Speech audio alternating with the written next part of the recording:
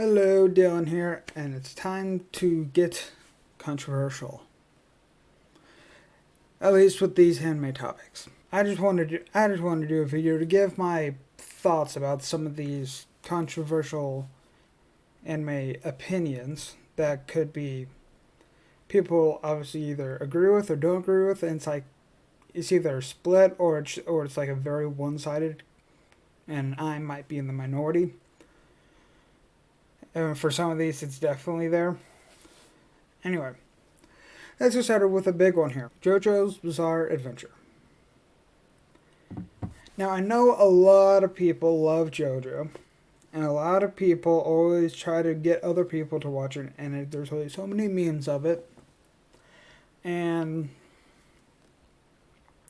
in my opinion, I just think JoJo is very overrated.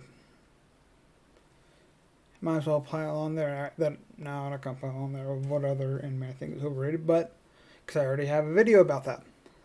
The reason I think it's overrated,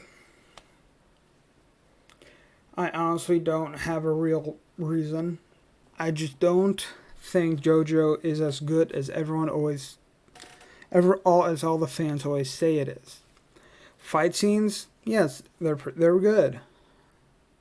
Some like the powers, like the stands, and what was it in part 2, Hamun or something like that. There are good parts of JoJo that I do enjoy. There are memes, of course, that I enjoy. But the show as a whole, I think, is pretty overrated because I don't know. There's not a lot in it that I would enjoy.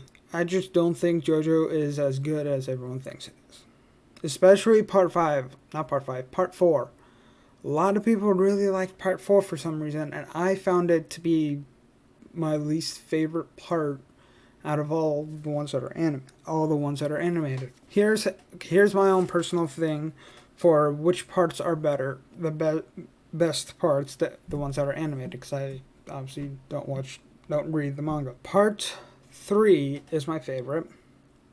Part 1 is my next.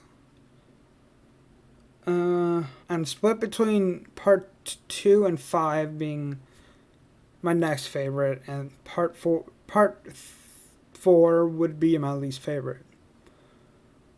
I just really did not enjoy part 4. Part 5 I enjoyed more than part 4, but not too much. And anyway, let's get off of that one and go to the next one, which is actually this next one was saying at the time when I had these down was that I was slowly getting tired of harems, and that was because I was watching the quintessential quintuplets. This was whenever that was around, whenever I had these written down, and that was because of that anime, and I just was semi bored with it. I think I gave it like a 3.5 out of 5. I think I was just bored at the time because I was watching so many. But recently I haven't been watching a lot of, or at least not as many, harem anime. So that kind of count. I think it's like you have to take a break from some type of anime, otherwise a type of anime that you would normally enjoy, but then it like degrades over the more you watch it.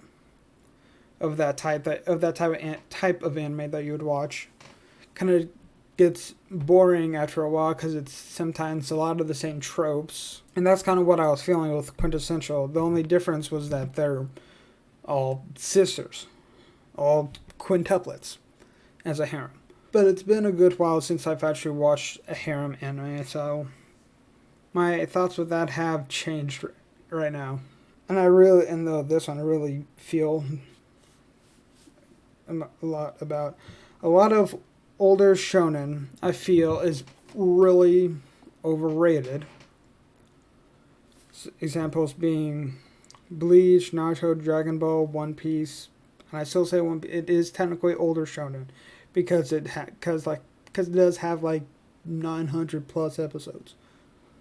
Though I did hear that it is officially ending.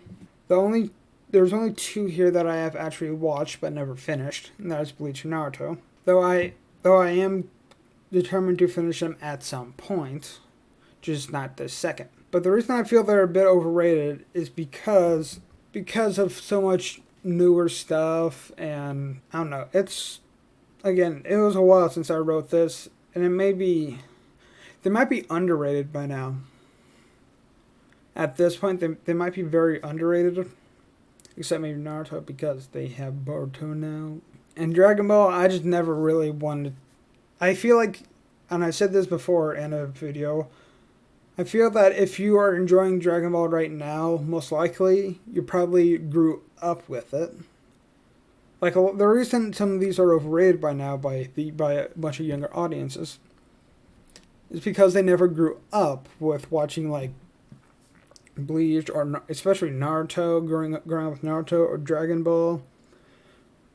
One Piece, I don't know if people would have people grown up with One Piece. I don't know. But Dragon Ball and Naruto are like the two main things where people would have grown up watching it.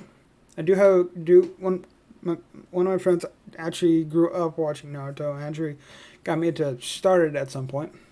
But of course, at that time, there was like the whole thing of the younger audience couldn't tell the difference between good voice acting and bad voice acting, and everyone knows that in the past, English dubs were not the best, not as good as they are nowadays.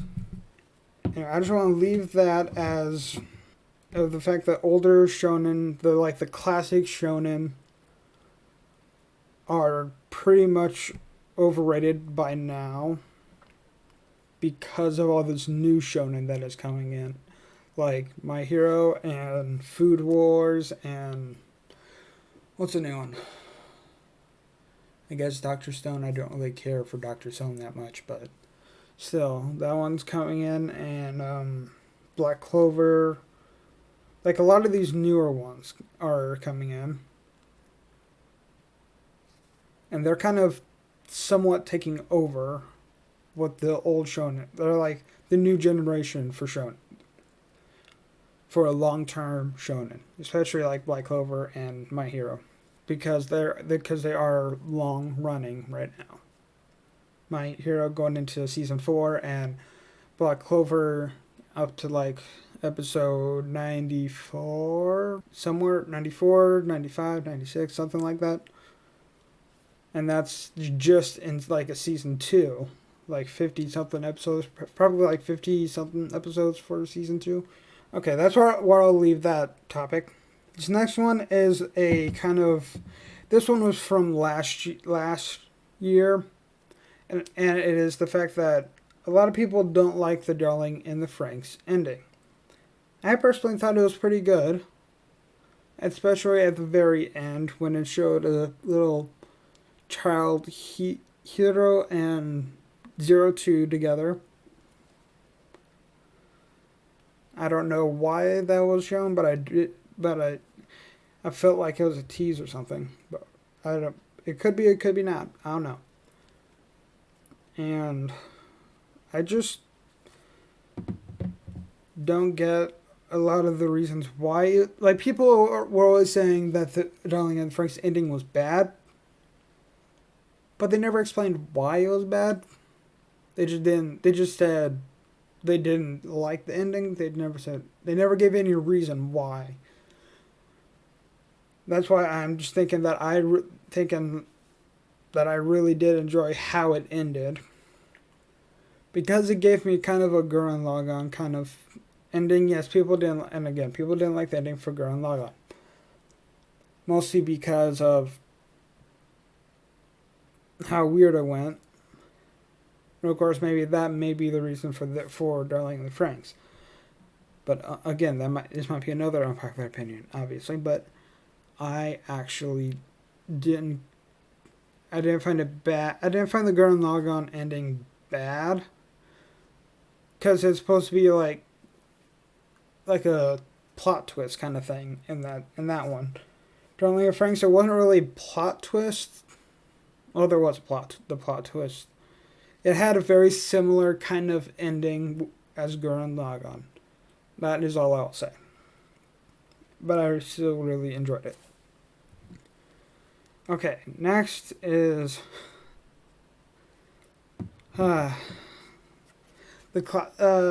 Joy. Sword Art Online. A lot of people are hating on it because of memes. That's as far as I know. And probably the second arc in general. The second arc, Fairy Dance. I honestly actually really enjoy Sword Art Online. Every single arc I have actually enjoyed it. Though, of course, when I have rewatched the first season about how many times? I've rewatched it 2 or 3 times. Maybe 4 times. And each time I have found little details that I kind of disliked. They stopped doing like the close-up camera shots, the weird camera angles. They've actually stopped doing that, in at least in Alicization. I think they have. And the second season, they dialed that down. They definitely dialed it down with the weird camera angles. Alicization, I haven't noticed really any weird camera angles. A lot of the reason people didn't like SAO was how it was paced. But that was kind of not the fault with even the author. That was the fault of before the author even made a full volume. Because if you don't know the story for how the first volume was even made, there are parts missing even more from it before it was even an official volume. Because Ricky Kawahara, he entered a writing contest, and the theme was literally trapped in a video game, and they had to escape by the end. But he didn't have a lot of time to do he wanted to do the 100th floor thing, and he couldn't do it in the time that he was supposed to have in time to turn it into that contest. He did end up winning the contest, but whenever he was gonna get it published as an actual light novel, he actually added a bit more into it. Was it added into it, or was it added in as the second volume? I don't remember.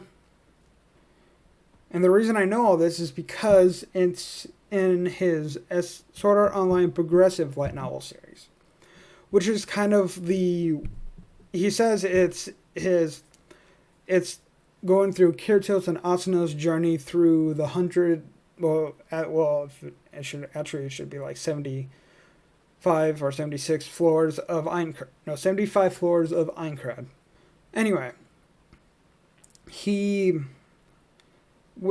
in the first volume, he actually explained the reason for why it was cut and skipped parts in the first volume, and the second volume adding more into it, and why it got cut like that, and why he wanted to do the progressive light novel series in the first place. And I personally love the progressive light novel series. I find it better than the first volume. Definitely find it a lot better. Because you get more because a lot of people also didn't like Kirito's character building. Like, he wasn't built very well for a character. His character wasn't built up very well. And in progressive, it's actually progressing. His character is progressing a bit better than in the first volume of the official light novel. I'm turning way off the topic that I was trying to talk about, which was the fact that I enjoyed every single arc of SAO, including the fairy dance arc. Despite the, the scene with Asuna and, well, I forgot his name. Sugu or something like that? The Fairy King. Well, and the game I think it was called Oberon or something like that. Did I enjoy watching it and seeing it unfold? Not necessarily. People call the second arc. People call the second arc the incest arc as a joke, mainly because of Kirito and Sukuna and their kind of relationship. And of course, I do kind of have to agree a little bit with that, but there wasn't too much, except it's a very one-sided kind of feeling. He feels obviously like a brother, but he likes her as a sister, obviously, but obviously she doesn't feel the same way. But that's like it definitely makes it a one-sided kind of relationship, I guess. Like, he still adores her, but like I said, like a sister. I don't know. I like all the arcs, but I have seen like some of the stuff people kind of complain about in the first season.